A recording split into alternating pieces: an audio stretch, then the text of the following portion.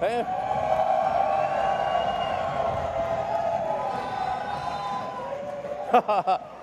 Great outfit. Hey.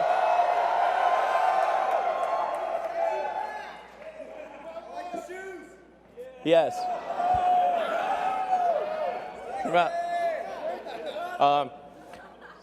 Yeah. Well, everyone, welcome to the Tesla Design Studio, where we've held many product unveilings before. Hope you guys all have a really great time tonight. I think I've never seen so many cameras in my entire life. This is cameras everywhere. So we're going to start off by just talking a bit about how did we get here. You know, what are the things that have led to this day? What are the cars like? How did Tesla start out? How did we, you know, where were we 10, 11 years ago? What has happened over that intervening time? You know, because it occurred to me that a lot of people, they only heard about Tesla maybe a year or two ago, and you know, electric cars are kind of like taken for granted, but there was a time when electric cars seemed very stupid, and it wasn't that long ago. And the idea of creating a car company was stupid, of course, and then making an electric car company was like stupidity squared. And so let's take a look at the first car we ever made, the Tesla Roadster. Yeah.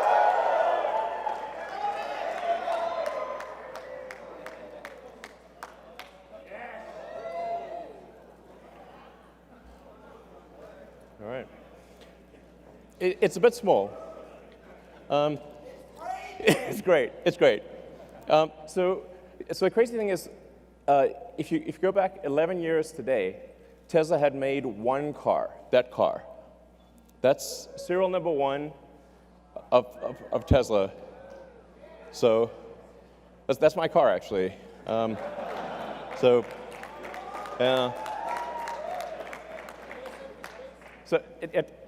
on February 2008, we'd literally only made one car, that car. And it didn't really work very well, I have to say. It broke down a lot. And it took us another 3 months just to make the second car. And now we've made about 550,000 cars. Yeah. So,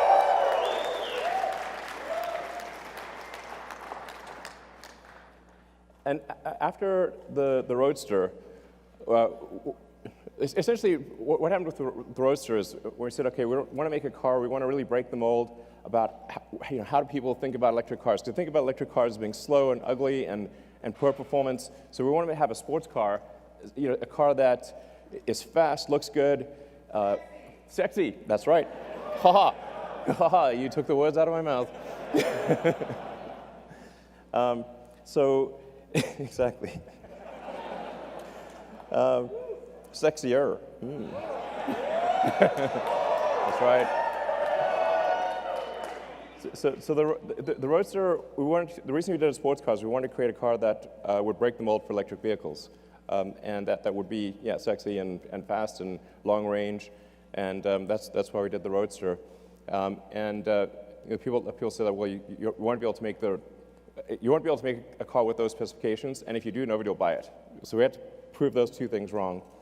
And then after we made the Roadster, they said, okay, sure, you can make some toy sports car, but you can't make a sedan. You can't. There's no way you could compete with the luxury sedans that are gasoline, because they're the best. And there's no way you could make an electric car that's like that. So we did. Model S.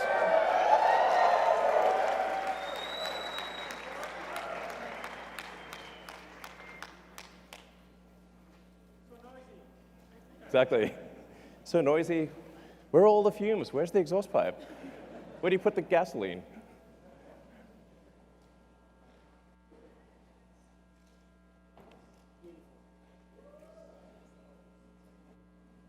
Yeah. So we actually started designing that car in the rocket factory. So we didn't have a design studio. We took a little corner of the rocket factory, and Franz joined, and we just, with a tiny crew in a corner of the rocket factory, we designed that car. I think that car was really important because it was competing against the best of the gasoline cars. So if you can make an electric car that can beat the best of the gasoline cars, it's a very powerful statement to prove that you can go electric. So then, working from the Model S, which by the way, in terms of where the name comes from, actually I like calling things what they are. So Roadster is called Roadster because it's a roadster. There is no good word for sedan. So we couldn't call it the sedan. It wouldn't work. Or saloon. There's just like literally no word. So the Model S stands for sedan. And this is how out of touch I was. I actually didn't realize at the time that Model S also means models. and then I had like at one point a license plate that said Model S2 because it was like the second production Model S, and it was like, and as I was walking away from my car, I said, "Wow, what a jerk! His license plate says Models 2."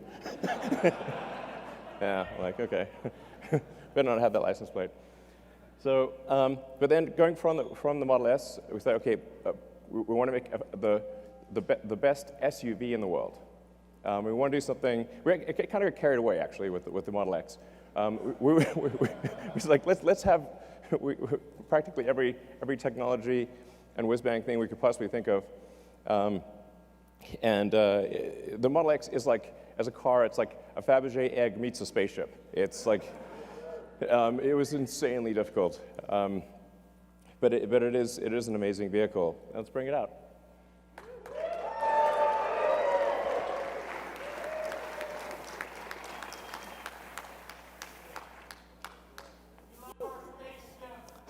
Cool.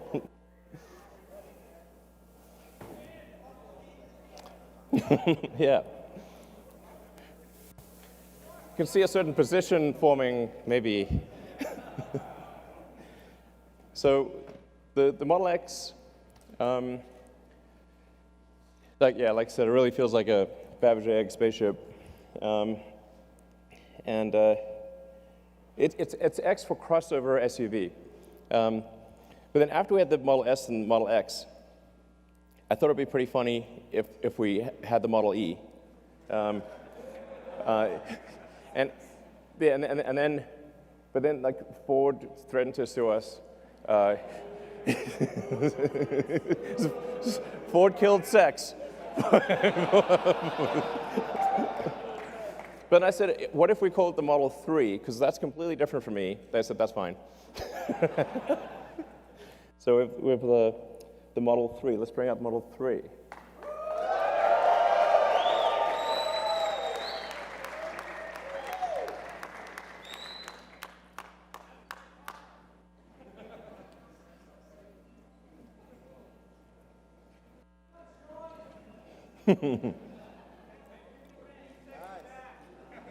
That's right, exactly. Exactly, smart summon with a person.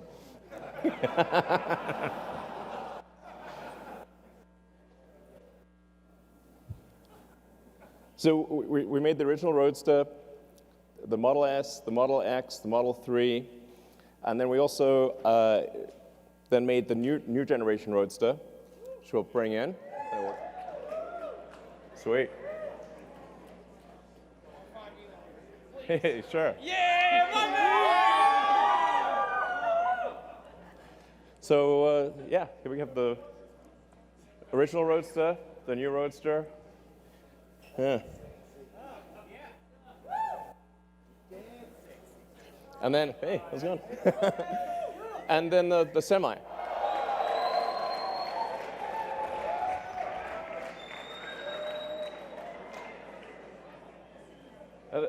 Actually, the Tesla Semi drove here nonstop all the way from the Bay Area.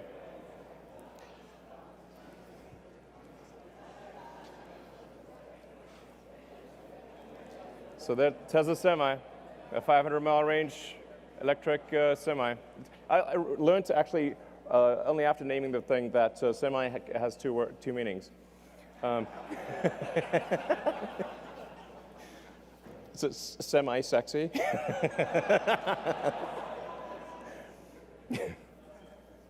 So yeah, so we're really excited about bringing those products to market, so that's sort of talking about our products. But then the factories are as much the product, if not more, than the vehicles themselves.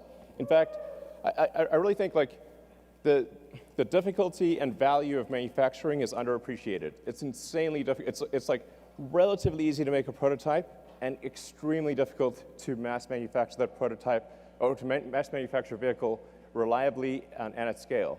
I mean, even for rockets, I'd say it's probably a factor of 10 harder to design the manufacturing system for a rocket than to design the rocket. And for cars, I'd say it's maybe 100 times harder to design the manufacturing system than to design the vehicle itself. That's what the free market. I don't mean to have it in black and white. It's like it's not so long ago. They didn't even have color cameras back then. It was 2010. But it was very bleak. It's like essentially when we acquired the Fremont factory, which used to be called NUMMI, people sort of thought, oh, you've got a car factory. Now, if you have a car, they sort of think if you have a car factory, you can just make any car. It's like, no, that's like saying you've got a box. And that box can have anything you want in it. No, only if you make the thing in the box.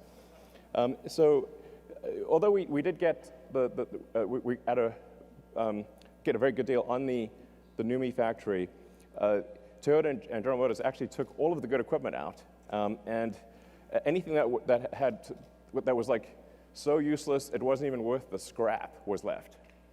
So it literally looked like that, but in color. And it took an enormous amount of effort by a very talented team to actually turn essentially what looked like a derelict warehouse into a working car factory. Yeah.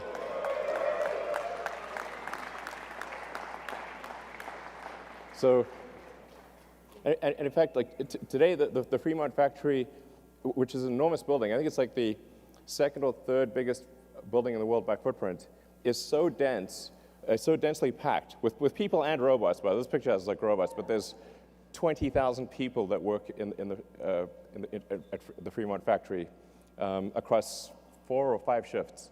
So it's really a massive amount of people and robots. So it's like this giant cybernetic collective. So that was way harder than making the car, by far. I mean, it's worth noting, like the last time, at least in the U.S., the last time any car company achieved mass manufacturing was about 100 years ago. That is the last time, and then Tesla. It's literally that crazy. So,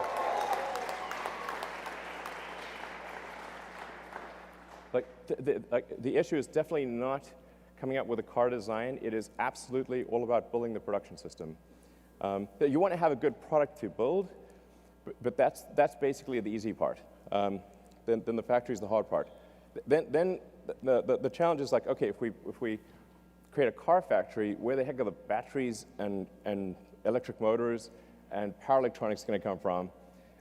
And that's where we need to say, okay, we better build something that's capable of 50 gigawatt hours at least of cell output, which at the time when we proposed the Gigafactory, I believe like total global output of lithium-ion batteries for all purposes, phones, laptops, certainly cars, anything, was about 30 gigawatt hours.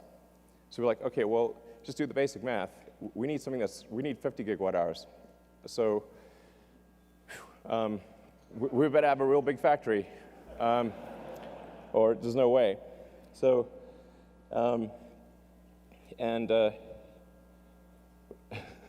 were going to build it in California, but like it would have taken 2 years just to get the permits.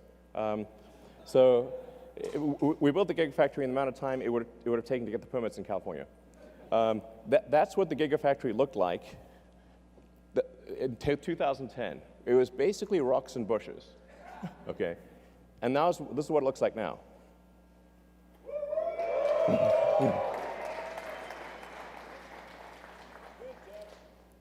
Yeah. So, and it's only about a third complete.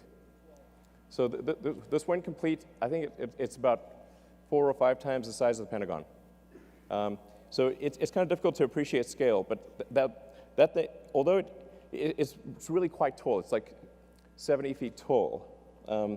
So the volume of it is just mind-blowing. It takes 2 hours just to walk around it. So, again, it's work of a tremendously talented team working like crazy, like tens of thousands of people to produce this factory. And today it produces more lithium-ion than the rest of the world combined. So.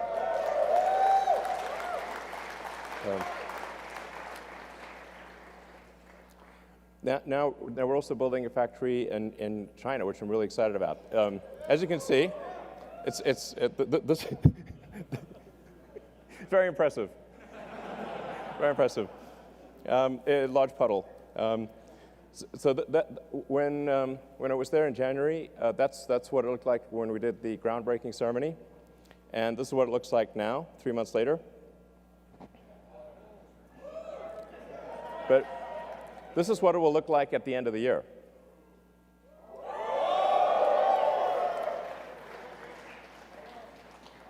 So things are moving fast, and this will actually be, once it's complete, the equivalent of our Fremont car factory plus our Nevada battery gigafactory combined. Yeah, so it's integrating the two, which kind of makes sense. So we're really excited about this. A great team in China, and this is going to be really important for making affordable versions of the Model 3 and Model Y for the greater China market. And then, besides cars, we have some other things. So, the solar roof and Powerwall.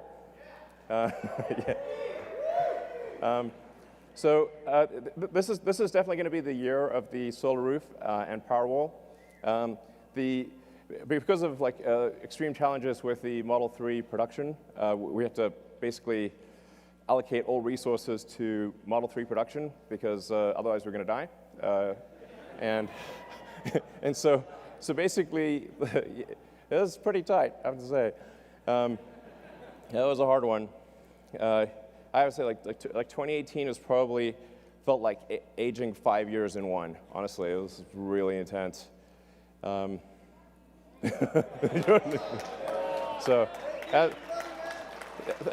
thank you for supporting Tesla through this difficult period. Thank you. Yeah.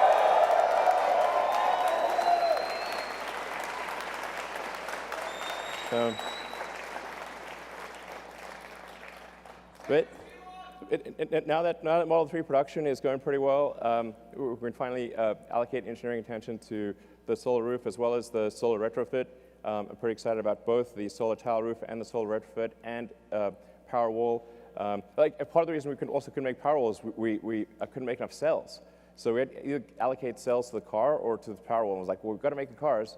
So then Powerwall got cell star, basically. But 2019, so we are now going to ramp it up. And then PowerPack.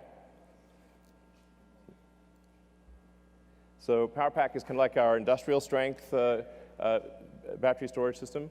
We did the biggest battery storage system in the world in Australia. And yeah, that was really super cool. And then we're doing one that's roughly a gigawatt hour scale in California. So just in Southern California, right nearby, we're building a gigawatt hour scale power pack. And so we expect this to ultimately be really critical for transitioning the world to sustainable energy. Obviously, you have to have sustainable energy production and sustainable energy consumption. So the sustainable energy production needs the solar panels plus the battery, because the sun doesn't shine at night, and then those electric cars. electric vehicles in general. Yeah.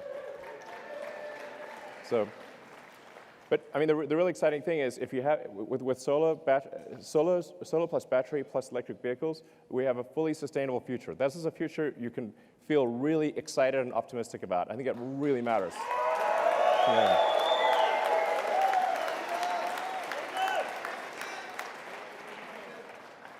And then supercharging.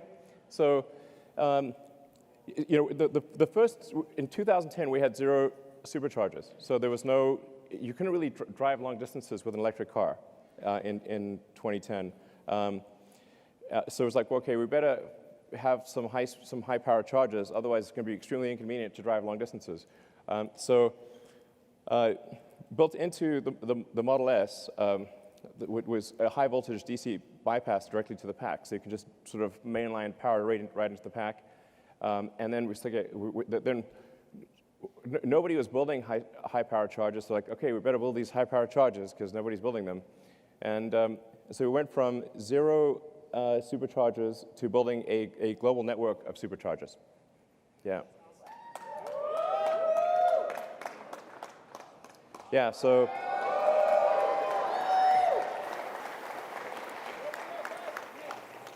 it's pretty nutty. Each one of those is a supercharging site.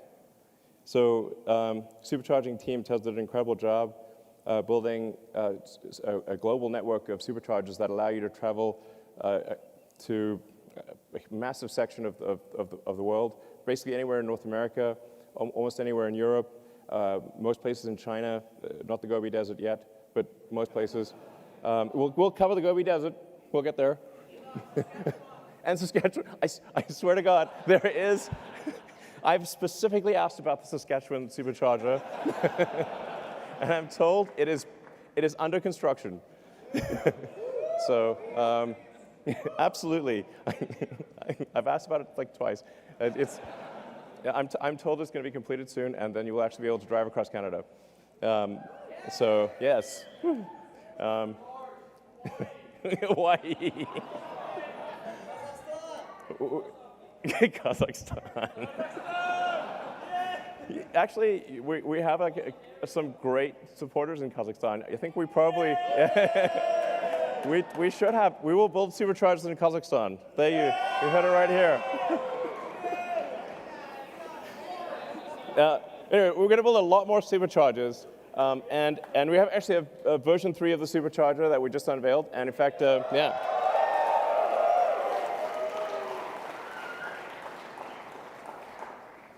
So the superchargers actually started out only at about 75 kilowatts, and now they're at, with version 3, 250 kilowatts, and we think probably can even go a little higher than that. And so if you've got a long-range Model 3, it's capable of charging at about 1,000 miles an hour or 1,600 kilometers an hour. Yeah. So, and we have one working in the Bay Area, and then the one here at the design studio is also working as of tonight. So, yeah. So we're going to be rolling out the version 3 supercharger throughout the world, just gradually upgrading the existing sites as well as adding new sites. So we did slow down the supercharger rollout a little bit because we wanted them to be version 3 instead of version 2. But now that we have version 3 running, and we're going to spool up production, and so you're going to have like a radical improvement in supercharging worldwide by sometime next year. Yeah. So in terms of where we are today, we got obviously the S3 and the X. We've made, I think, 550,000 vehicles, something like that. 12 months from now, we will have made about 1 million vehicles. So it's pretty wild to think that 11 years ago today, we had made literally 1 car, and a year from now, we will have made 1 million. Yeah. I mean, this is a testament to the incredible talent and effort of the people at Tesla. I was to say thank you to people at Tesla. You guys are incredible.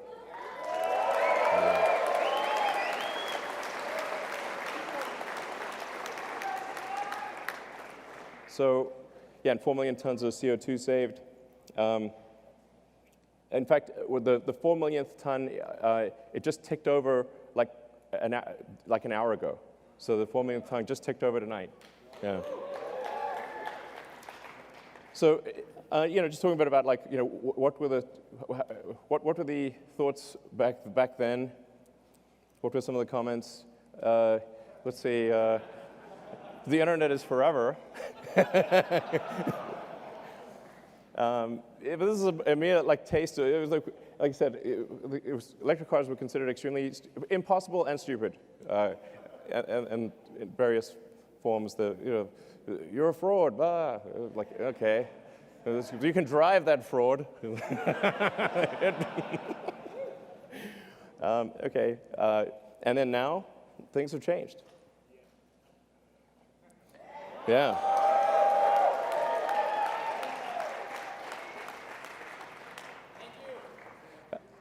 The goal of Tesla was literally this, is like, to what degree, in fact, when we created it, we're like, okay, the fundamental historic good of Tesla should be measured by the degree to which we accelerate the advent of sustainable energy and transport. And our goal all along has been to try to get the rest of the car industry to go electric. We did a joint venture thing with Toyota and with Mercedes. We open sourced our patents 3 or 4 years ago. Made them freely available, so it's extremely rewarding to see that the rest of the industry is going electric. This is great.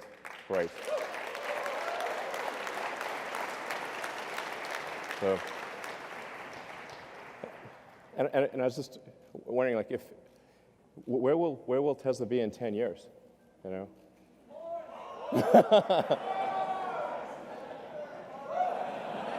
Mars. Exactly. We will be driving a Tesla on Mars. I think we could. I think we actually could. Okay. Tesla will be on Mars in 10 years. I think it will. So after that extended history lesson, what about the actual reason you came? Okay. There's a missing car. It starts with a Y, ends with a Y, and that's Y in the middle. Bring out the Model Y.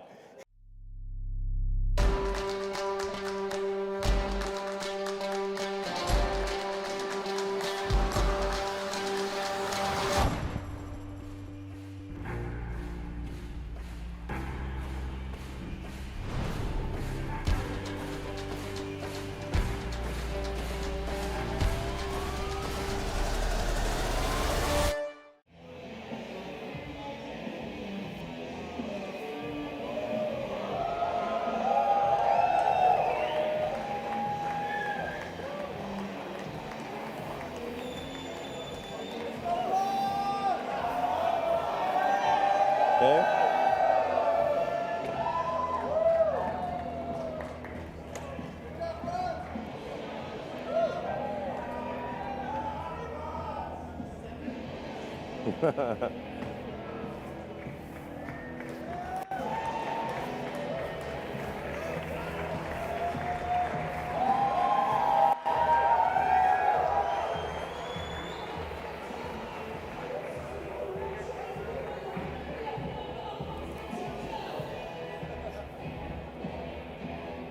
All right.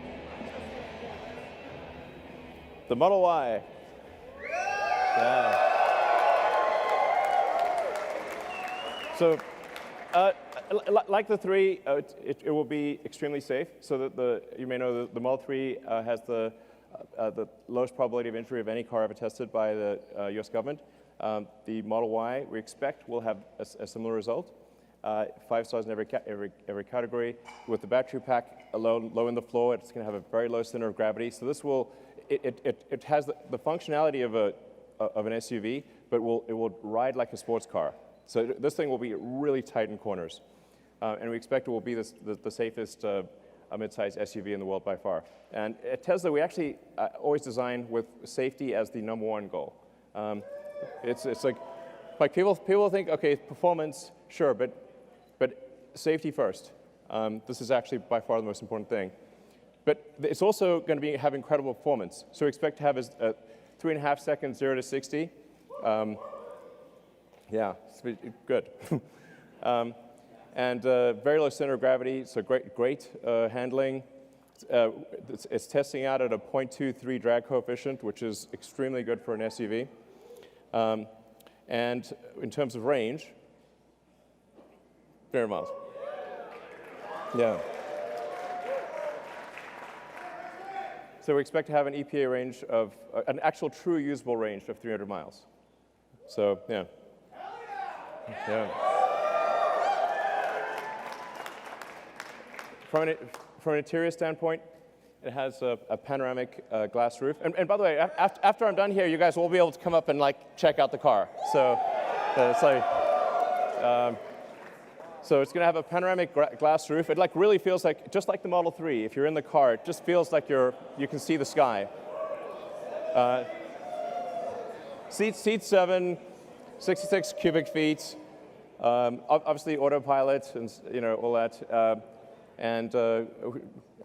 As I've said publicly, we expect to be feature complete with self-driving sometime later this year. And then as we prove out the safety with billions of miles and kilometers, we will, from our standpoint, feel it's like safe enough to not pay attention and then get the regulatory approval sometime thereafter.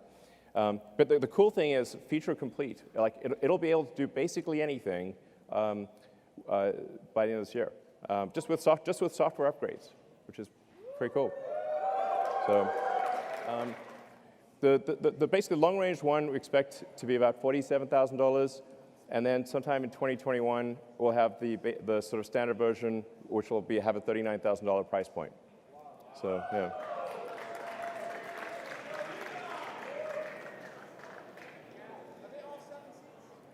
No, the 7 seats are optional. Yeah. Do you mean the lift gate? Yes. Okay. I mean, you never know. We might do better than this, but so it should be at least this good. So, so I think it's going to be really compelling. I'm confident that it'll be of any mid-size SUV, it'll be the one you want. Yeah, I think it'll probably sell. I think we'll probably do more Model Ys than X and 3 combined, most likely. Yeah. So, so there you have the sexy presentation. So, all right. Thank you all for coming. Those of you who are here and those of you who are watching, thank you very much for your support over the years. It's been, a hell of a ride, and I love you too. I love you too. We are bringing sexy back quite literally. All right, thank you.